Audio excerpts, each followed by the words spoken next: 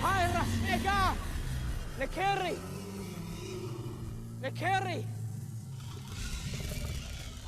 must say, yeah, moments in the House of Dragon have raised viewers' thirst, and I know for a fact that you can agree. Listen, Driftmark, yeah, the title says it, but I don't think Driftmark even played a role.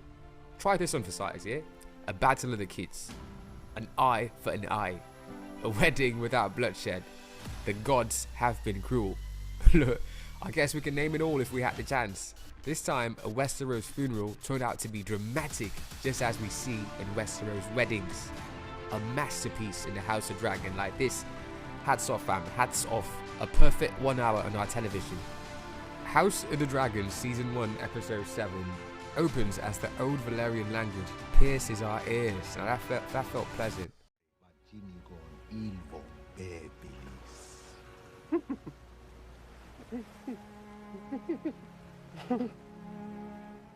House of the Dragon Season 1 Episode 7 opens as the old Valyrian language pierces our ears and hearts, if I must say.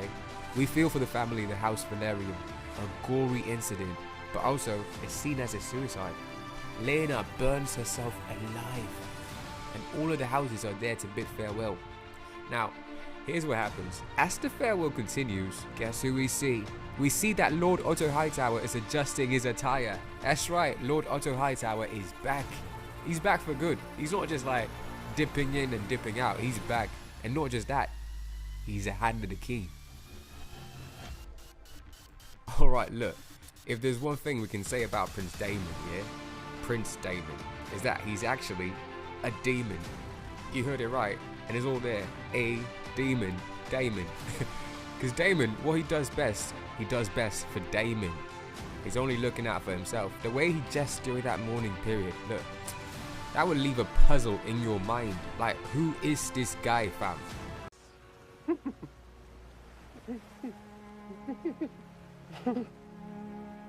Daemon Targaryen doing what he does best. Mans is giggling and has a smirk at his late wife's funeral. He's been married to her for 10 good years. Look, that's just next level. Like, he is such a complex character, yeah? And it will be misunderstood that he's happy that Laena Valeryon is gone. Perhaps it may not be that, but he is a clear, straight, sharp guy, even in despair and grief.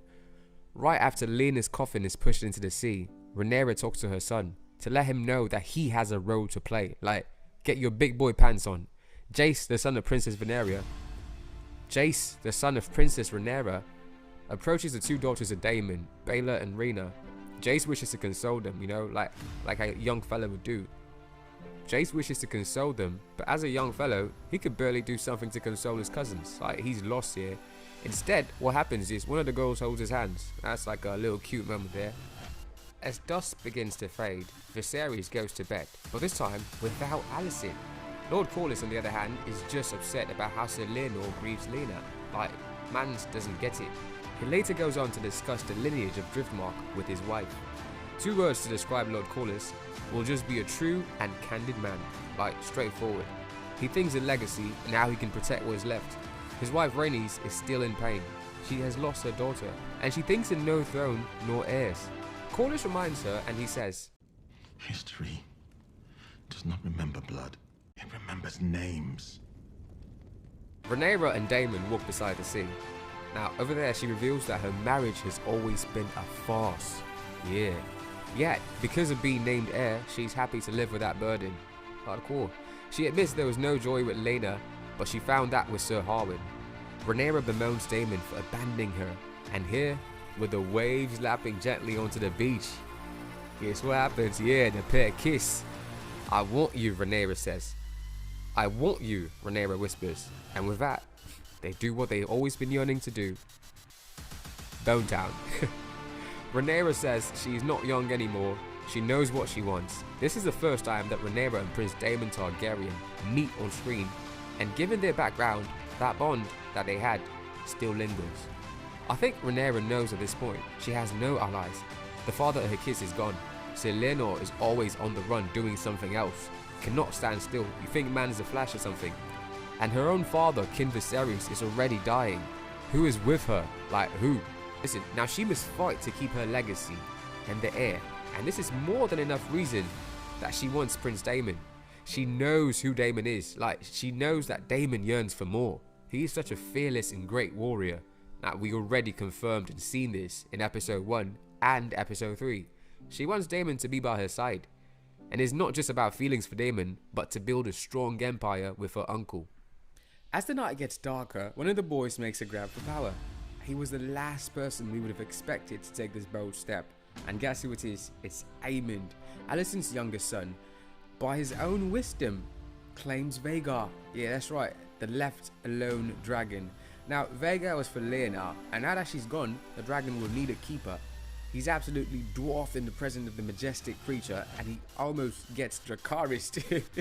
Yeah, when the creature spits fire deep in his belly. His stoic ability and bravery, however, won him this trophy. And he looked scared initially, but it seems the little boy paid much attention to all the things that he learned about dragons way back in King's Landing. His flight of Vhagar wakes the other children and upsets Lena's twin daughters, Rhaenyra and Baela, who feel the dragon is theirs to claim, like is ours. They met Aemond at the castle entrance alongside Jaehaerys and Lucerys. Things got heated up and Aemond gets slashed in the eye. Massive injury. An eye for an eye, I guess. Yeah, remember that. I think we can almost attest to the fact that the boys have been learning well. Like, they're playing their GOT parts really good. And looking at the fights and hits, they fought like teenagers in rage. Now, Rhaenyra and Baela attack Aemond, then Jaehaerys and Lucerys attack Aemond. After Aemond calls the latter two bastards, they tag team him, with Jaehaerys using a knife to slash Aemond's eye. The adults suddenly then show up and break up the fight. Now see, I completely understand that we need to see shades of darkness to set up the conflict for the future. But damn fam, it came out of left field, totally unexpected. Okay, so do you think it's only about their practice, or they might have picked up some deadly behavior from their parents? Yeah? Comment below what you think about Aemond during that scene. Now the kids are taken to the main hall and there is chaos, yeah? Alicent learns that her son Aemond has lost an eye, and this heats her up, creating a mad scene. Like, she's fuming. They think she's gone mad, like literally. King Viserys is also furious, but not because of the injury to the kid, but the fact that his sons are fighting his grandsons. Like, that's crazy.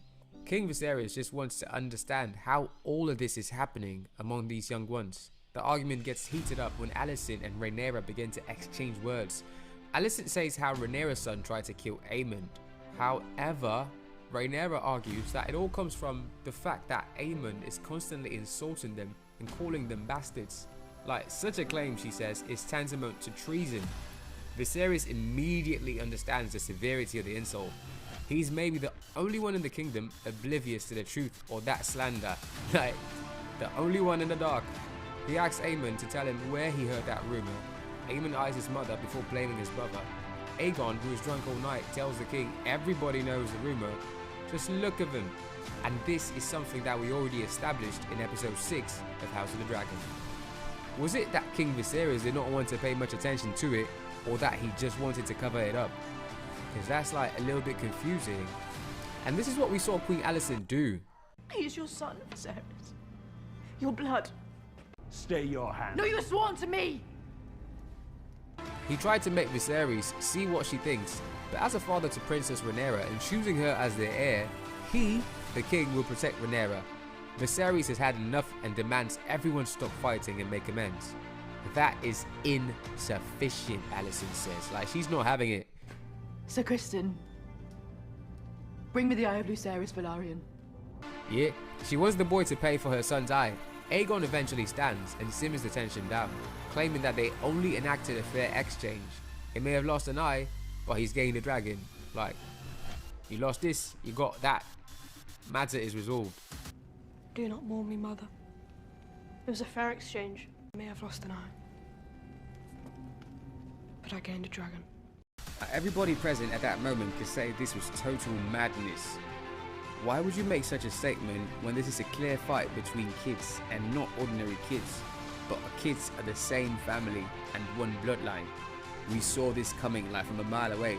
We saw how Alicent was going to be cold-hearted and cruel. Like, remember I said that. Like, we have just seen a bit of it and more of it is yet to come.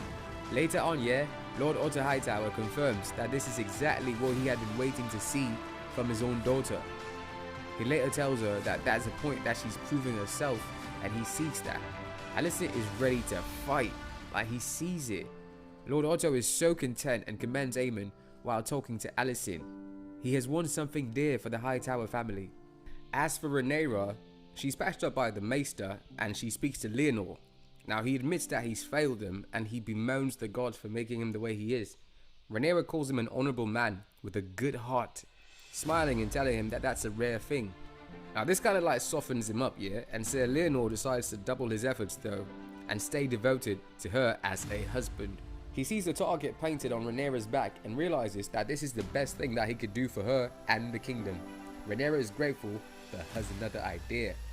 Now listen, I think for a moment, yeah, Rhaenyra wanted Leanor to call for a dissolve of their marriage, but as an honourable man, he could just not do that. Putting himself aware of his true nature and his nobility, he would not want to bring disgrace to his house. Like, he has already done way enough. A remarkable spin turnaround in this episode, a great plot twist that gets viewers smiling and wondering what the outcome may be. Upon conversation with Prince Daemon and Princess Rhaenyra about how they can be together, Daemon hires Ser Qarl to murder Ser Leanor. An act with a witness that would seem like an accident. For Rhaenyra to even bring that up shows how desperate she is, yeah? Prince Daemon couldn't help but smile. Probably in his mind he's saying, you're no longer a child in need, like you're really grown now, innit? The plot changes and the whole family is made to believe that Ser Leanor is dead. Now we later find Ser Qarl and Ser Leanor rolling in a boat out of nowhere, like they're sailing off to Driftmark. Now tell me, do you think that Prince Daemon actually paid Ser Qarl to kill Ser Leanor, or did he plot something so that Ser Leanor could flee? I'm just guessing though, or perhaps when Ser Qarl received the money, he knew the best plan was to escape with Ser Leanor. Like, to kill him would just be a disaster. Lord Paulus and his family just lost someone. I cannot kill this young one too. Like, was that what he's thinking? What do you guys think?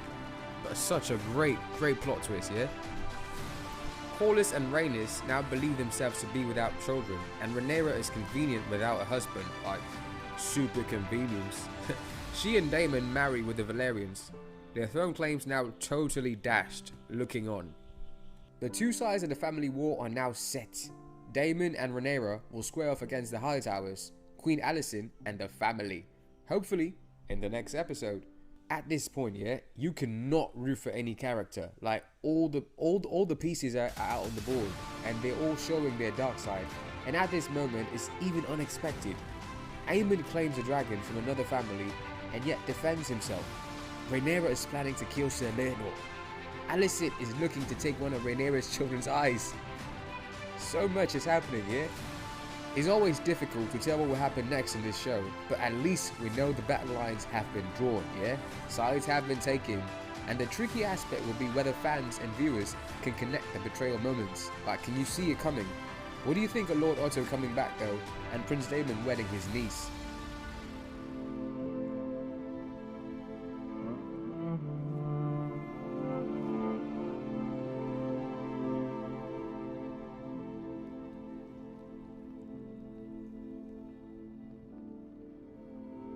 Tutti hanno